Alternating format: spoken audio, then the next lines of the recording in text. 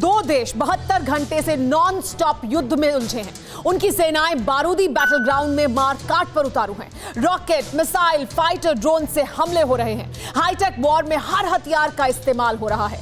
Armenia, Azerbaijan नाम के दो छोटे से देशों के युद्ध को दुनिया वर्ल्ड वॉर का आगाज मान रही है। यह युद्ध आर पार का है। ताजा झगड़े की जड़ में भले ही जमीन का एक टुकड़ा हो, लेकिन अदावत बहुत पुरानी और मजहबी है। इसी वजह से आर्मेनिया अज़रबैजान की जंग ईसाई बनाम इस्लाम में बदल चुकी है। दोनों देशों के लिए महाशक्तियों में खेमेबंदी शुरू हो चुकी है, जबकि युद्ध को और भड़काने में एक तानाशाह जी जान से लगा है। तो क्या आर्मेनिया अज़रबैजान की जंग धर्म युद्ध का फर्स्ट ट्रेलर है? वर्ल्ड एक्सक्लूसिव रिपोर्ट में देखिए सबसे खौफनाक ब्लास्ट, वर्ल्ड वॉर स्टार्ट। ताबड़तोड़ मिसाइल अटैक,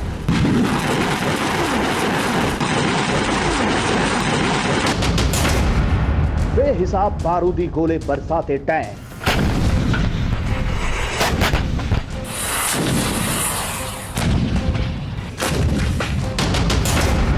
भयानक तबाही मचाते रॉकेट,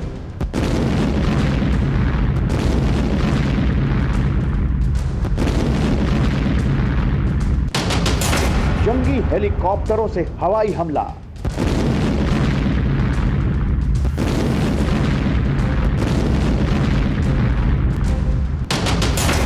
तोप से बरसते अंधाधुंध गोले,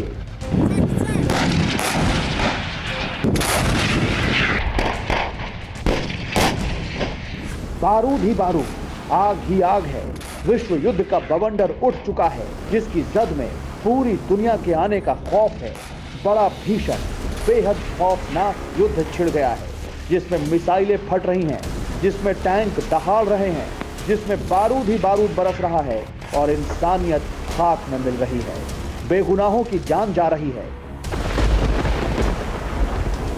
दो छोटे से देशों के बीच हाईटेक वॉर छिड़ चुकी है।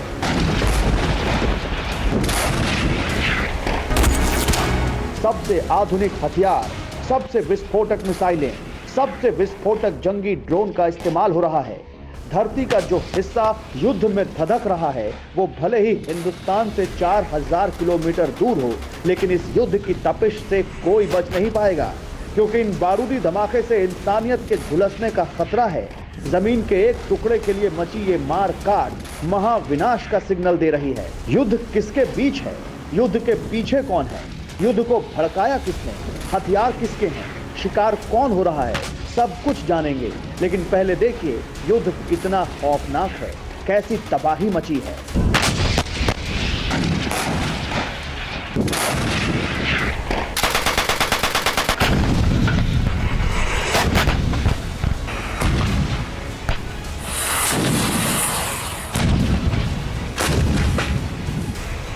वॉर जोन में दौड़ते टैंक पर अचानक मिसाइल फटती है। जोरदार धमाके के साथ ही टैंक धुआं धुआं हो जाता है।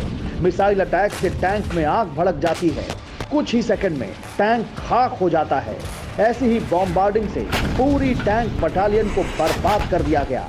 ये अटैक फाइटर ड्रोन से किए गए। युद्ध के मैदान में ऐसी तबाही मच रही है, तो जरा सोचिए, जब यही बारूदी हथियार इंसानी बस्तियों पर फटे होंगे तो क्या हुआ होगा।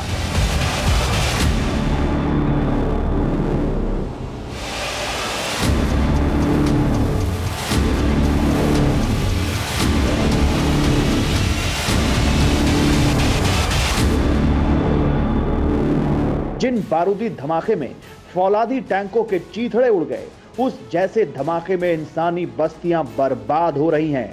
यह आर्मेनिया और अज़रबैजान का युद्ध है। युद्ध लड़ने वाले लीडर हैं अज़रबैजान के राष्ट्रपति इल्हाम अलियेव और आर्मेनिया के प्रधानमंत्री निकोल पाशिनियन।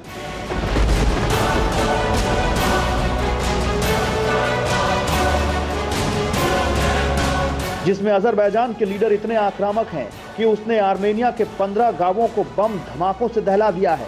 अज़रबैजान के हमले में आर्मेनिया के 500 नागरिकों की मौत की खबरें हैं। मंजर दिन ब दिन खौफनाक होता जा रहा है। कहानी खूनी होती जा रही है। दो पड़ोसी देश जो कभी एक संघ का हिस्सा थे, उनके बीच मचा संग्राम दुनिया को दो ध्रुवों में बांट चुका है। क्योंकि इस युद्ध के सूत्रधार एक दो नहीं, कई ताकतवर लीडर हैं। उनके चेहरे से नकाब हटाएं, उससे पहले देखिए 72 घंटे के युद्ध में किसका कितना नुकसान हुआ है। अजरबैजान के हमले में आर्मेनिया के 1000 लोग मारे गए, करीब 550 जवान और 450 सिविलियंस के मारे जाने की जानकारी है। आर्मेनिया के 15 गांवों पर अजरबैजान ने कब्जा कर लिया है। ये दावे अजरबैजान के हैं। आर्मेनिया के दावे भी कम नहीं। आर्मेनिया ने अजरबैजान के 12 हवाई हथियार मार गिराने का ऐलान किया, 2 हेलीकॉप्टर, 3 ड्रोन के साथ ही आर्मेनिया कई टैंकों को तबाह करने का दावा कर रहा है। युद्ध की शुरुआत अजरबैजान ने की थी। 27 सितंबर की सुबह 8:10 पर अजरबैजान के जंगी हथियारों ने नागोर्नो काराबाख में कोहराम मचाना शुरू किया। दोनों देशों के बीच फसाद की वजह भी यही इलाका है। नागोर्नो काराबाख 4400 वर्ग किलोमीटर में फैला इलाका है। परंपरागत रूप से यहाँ ईसाई धर्म मानने वाले आर्मेनियन मूल के लोग रहते हैं। कुछ तादाद में तुर्की मूल के मुस्लिम भी हैं। आर्मेनियाई मूल के लोगों के इस इलाके को अजरबैजान अपना हिस्सा मानता है।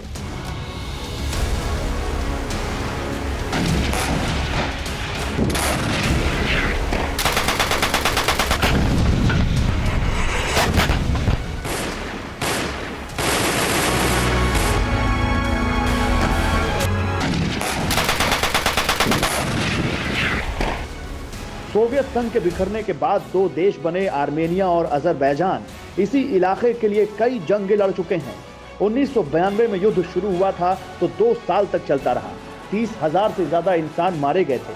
मजहब के नाम पर जमकर खून खराबा हुआ, लाखों लोग दर-बदर हो गए। बाद में रूस के दखल से दोनों देशों के बीच सुलह हुई। समझौते में तय हुआ कि जिसके पास जो इलाका है वो उसके पास ही रहेगा।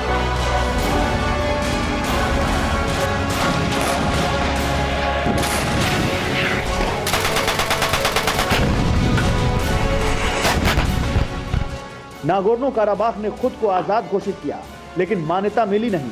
आर्मेनिया भी ऐसा नहीं चाहता था और अजरबैजान भी। इस इलाके पर कब्जे की कोशिश कई बार की गई, लेकिन हाल में मामले को बिगाड़ा इस तानाशाह ने। तुर्की के एर्दोगान ने अजरबैजान के इल्हाम अलीयेव को नागोर्नो काराबाख पर चढ़ाई के लिए उकसाया, उन्हें आर्मेनिया से लड़ने के हथियार दिए।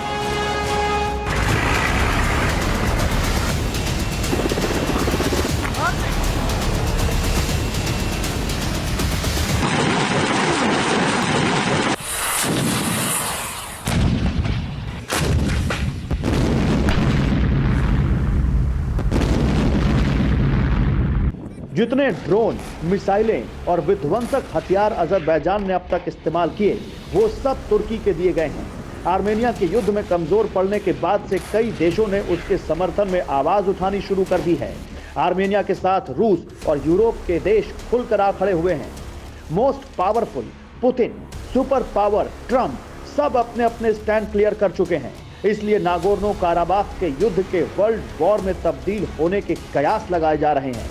एक सनकी तानाशाह की चौधराहट से युद्ध की जो चिंगारी भड़क उठी है, उसे जल्द बुझाया नहीं गया तो दुनिया दहलने में ज्यादा देर नहीं। Bureau report, TV9 Bharatvarsh. क्या आप पर भी बरपा है जालसाजी का कहर? सपने टूटे आपके, न घर के न घाट के। क्या आप भी हुए हैं धोखाधड़ी के शिकार? भेजिए अपनी आप बीती lootkhar@tv9.com पर। देखिए रोज रात 9:30 बजे। फिक्र आपकी,